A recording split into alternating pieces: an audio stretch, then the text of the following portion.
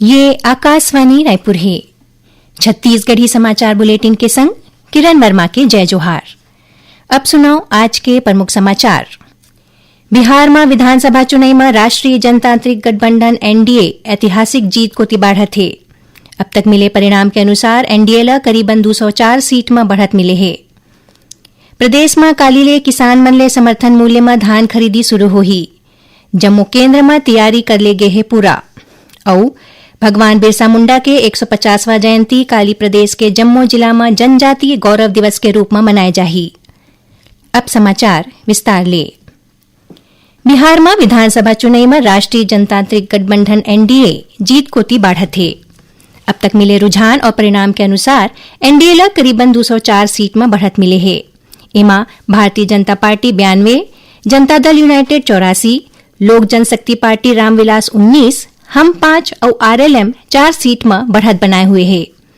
बिहार में एनडीए गठबंधन ला मिलत ऐतिहासिक बढ़त में मुख्यमंत्री विष्णुदेव साय समेत भाजपा के वरिष्ठ नेता मन घलो बधाई दिन है।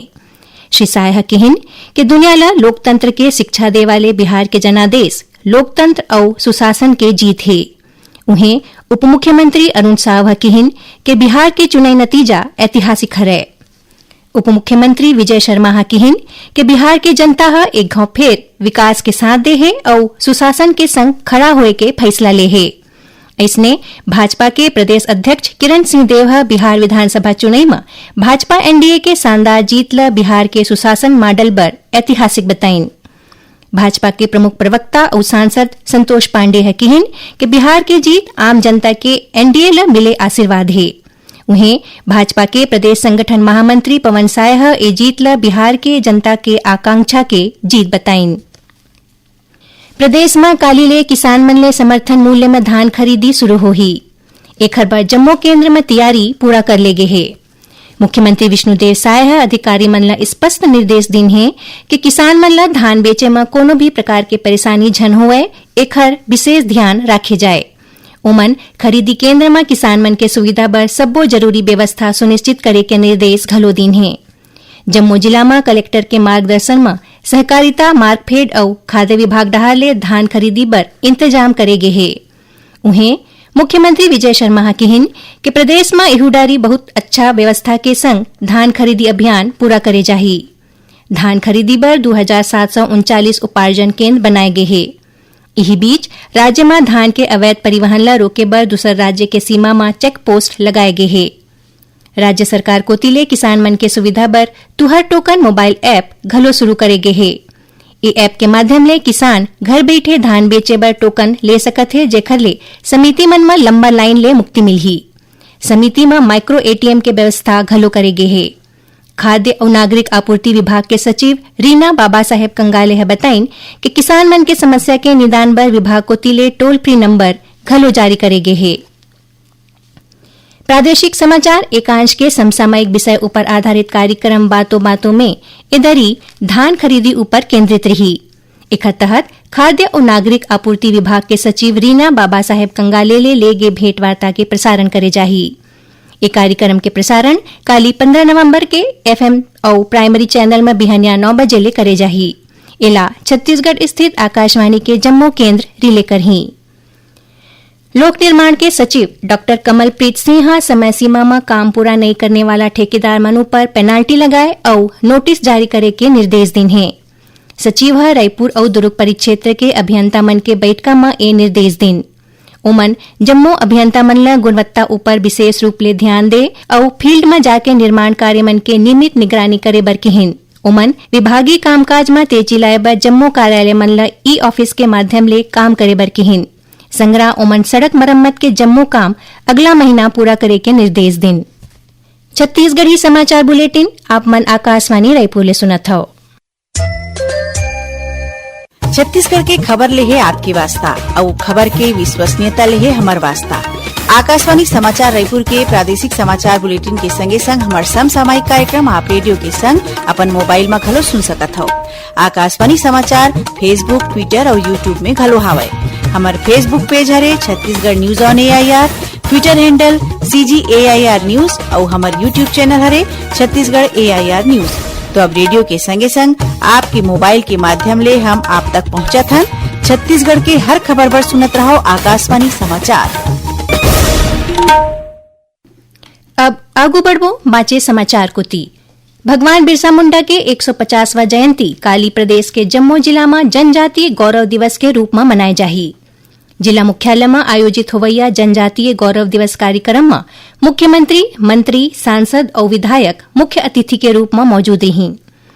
जनजातीय गौरव दिवस के मौका में प्रधानमंत्री नरेंद्र मोदी के संबोधन के सीधा प्रसारण आधिकारिक यूट्यूब चैनल और डीडी न्यूज के माध्यम ले होही, जेला देखे और सुने के व्यवस्था घलो कार्यक्रम स्थल में होही।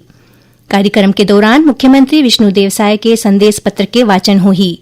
एकर अलावा कार्यक्रम में पीएम जनमन, आदि कर्मयोगी, धरती आबा जैसी योजना ऊपर आधारित लघु फिल्म घलो प्रदर्शित करे जाही। मुख्यमंत्री विष्णुदेव साय जगदलपुर में राखे गए कार्यक्रम में शामिल होही। उन्हें दुर्ग में उप मुख्यमंत्री विजय शर्मा, बिलासपुर में उप मुख्यमंत्री अरुण साव, रायपुर में केंद्रीय राज्य मंत्री तोखन साहू और राजनांदगांव में विधानसभा अध्यक्ष डॉ रमन सिंह कार्यक्रम में मुख्य अतिथि के रूप में मौजूद हैं। एक कार्यक्रम में जनजातीय स्वतंत्रता संग्राम सेनानी के परिजन, जनजातीय समुदाय के प्रमुख और प्रतिभाशाली विद्यार्थी मन ला सम्मानित करे जाही। जनजातीय संस्कृति, कला, व्यंजन, हस्तशिल्प और सरकार के जन कल्याणकारी योजना के प्रदर्शनी घलो लगाए जाही। स्कूल, आश्रमशाला और आवासीय विद्यालय में घलो ए मौका में आने कार्यक्रम आयोजित करे जाही। मुख्यमंत्री विष्णुदेव साय के अध्यक्षता में आज रायपुर में कैबिनेट के अहम बैठका हुईस, जेमा कई महत्वपूर्ण निर्णय लेगिस। मंत्रिमंडल इहुदारी प्रधानमंत्री अन्नदाता आय संरक्षण अभियान के तहत किसान मन ले समर्थन मूल्य में खरीफ और रबी मौसम में दलहन और तिलहन के खरीदी करे के निर्णय ले है। ये फसल में अरहर, मूंग, उड़द, मूंगफली, सोयाबीन, चना, सरसों, मसूर शामिल है। उन्हें सरकार इस साल काली ले शुरू हवैया धान खरीदी अभियान के तहत विपणन संघ ला अतिरिक्त 11,200 करोड़ के राशि दे के मंजूरी दे है। मंत्रिमंडल सार्वजनिक उपक्रम विभाग ला वाणिज्य और उद्योग विभाग में संग्रह 20 सूत्रीय क्रियान्वयन विभाग ला योजना, आर्थिक और सांख्यिकी विभाग में शामिल करे के निर्णय ले है।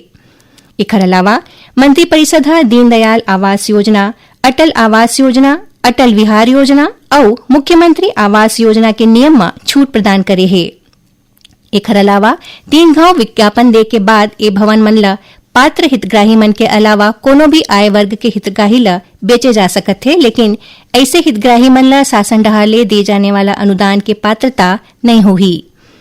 उन्हें सरकार नवा रायपुर के शहीद वीर नारायण सिंह अंतर्राष्ट्रीय क्रिकेट स्टेडियम ला छत्तीसगढ़ राज्य क्रिकेट संघ ला अनुबंध के अनुसार लीज में दे के घलो फैसला ले है। चिकित्सा शिक्षा विभाग चिकित्सा स्नातकोत्तर पाठ्यक्रम के प्रवेश नियम में महत्वपूर्ण संशोधन करे है, जेकर अनुसार अब संपूर्ण काउंसलिंग प्रक्रिया ऑनलाइन माध्यम ले 4 चरण में आयोजित करे जाही। जम्मू चरण में पंजीकरण के सुविधा उपलब्ध रही। अब राज्य में पंडित दीनदयाल उपाध्याय स्मृति स्वास्थ्य विज्ञान और आयुष विश्वविद्यालय ले उत्तीर्ण विद्यार्थी मन ला प्राथमिकता दे जाही। काउंसलिंग के पहली चरण में चुने गए अभ्यर्थी मन ला दूसरैया और तीसरैया चरण में सीट अपग्रेडेशन के विकल्प मिलही। ईडब्ल्यूएस श्रेणी में छात्र उपलब्ध नहीं हुए के स्थिति में बाँचे सीट अनारक्षित श्रेणी के छात्र मन ला मिल सकी।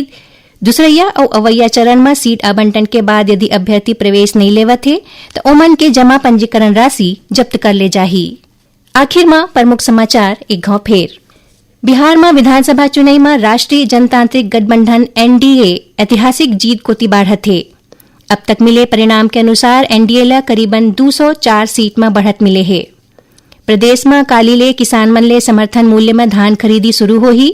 जम्मू केंद्र में तैयारी कर ले गए है पूरा। और भगवान बिरसा मुंडा के 150वां जयंती काली प्रदेश के जम्मू जिला में जनजातीय गौरव दिवस के रूप में मनाए जाही।